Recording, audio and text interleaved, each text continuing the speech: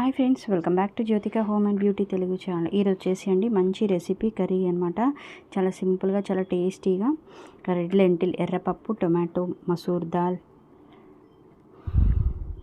అనే కర్రీ ఎలా చేయాలి ఈరోజు ఇప్పుడైతే వీడియోలో షేర్ చేస్తాను.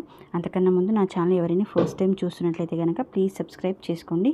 పక్కనే రెడ్ కలర్ సబ్స్క్రైబ్ సింబల్ ఉంటుంది, బటన్ ఉంటుంది, ఆల్ అని ప్రెస్ చేస్తే కనుక నేను ఏ వీడియో పెట్టినా మీకు నోటిఫికేషన్స్ వస్తాయి. ఫ్రెండ్స్, ఇప్పుడైతే వీడియో స్టార్ట్ చేస్తాం. స్టవ్ వెలిగించి బాండీ పెట్టి అందులో ఒక 3 టేబుల్ స్పూన్స్ ఆయిల్ అనేది యాడ్ చేసుకోవాలి. ఆయిల్ అనేది బాగా హీట్ అయిన తర్వాత ఇందులో పోపు దినుసులు అనేది యాడ్ చేసుకోవాలి. పోపు దినుసులు అంటే మినపప్పు, శనగపప్పు, ఆవాలు, జీలకర్ర అనేవి యాడ్ చేసుకోవాలి. ఇందులో ఇవి యాడ్ చేసుకున్న తర్వాత ఇవి కొంచెం ఆయిల్లో ఫ్రై అవ్వాలి.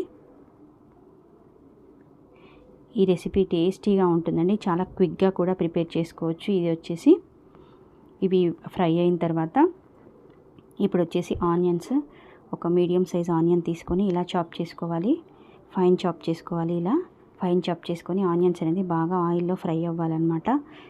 ఇలా ఫ్రై చేసి పెట్టుకోవాలి ఆనియన్స్ అనేది.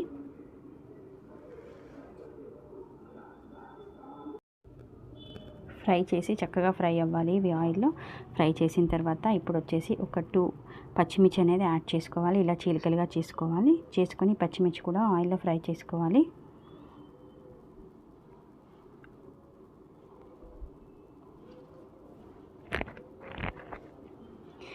చక్కగా ఆయిల్లో ఫ్రై అయిన తర్వాత ఇప్పుడు అల్లం పేస్ట్ అనేది, జింజర్ గార్లిక్ పేస్ట్ అనేది ఒక 1/2 టేబుల్ స్పూన్ అనేది యాడ్ చేశాను నేను.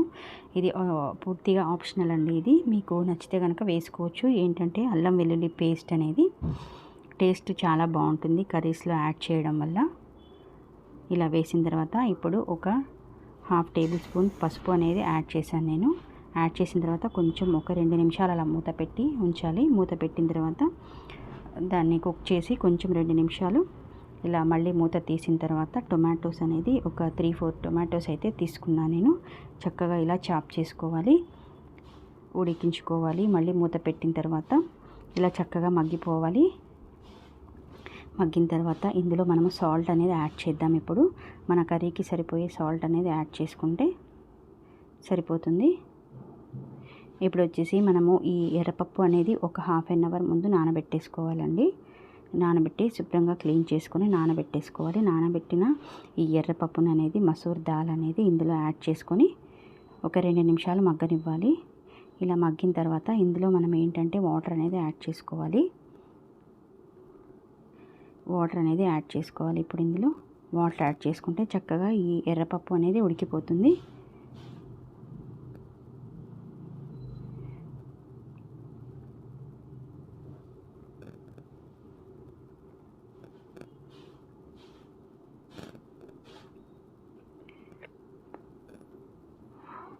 ఈ రెసిపీ మీకు నచ్చినట్లయితే లైక్ చేయండి, షేర్ చేయండి, సబ్స్క్రైబ్ చేసుకోండి.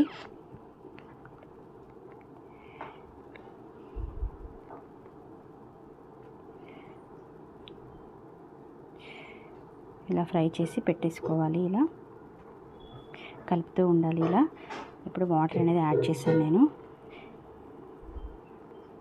ఈ వాటర్ యాడ్ చేసి ఈ వాటర్ కూడా కొద్దిసేపు మూత పెట్టిన తర్వాత మగ్గనివ్వాలి. ఇవి అంతే అండి, చాలా సింపుల్గా క్విక్గా అయిపోతుంది. ఈ రెసిపీ వచ్చేసి చాలా టేస్టీగా కూడా ఉంటుంది.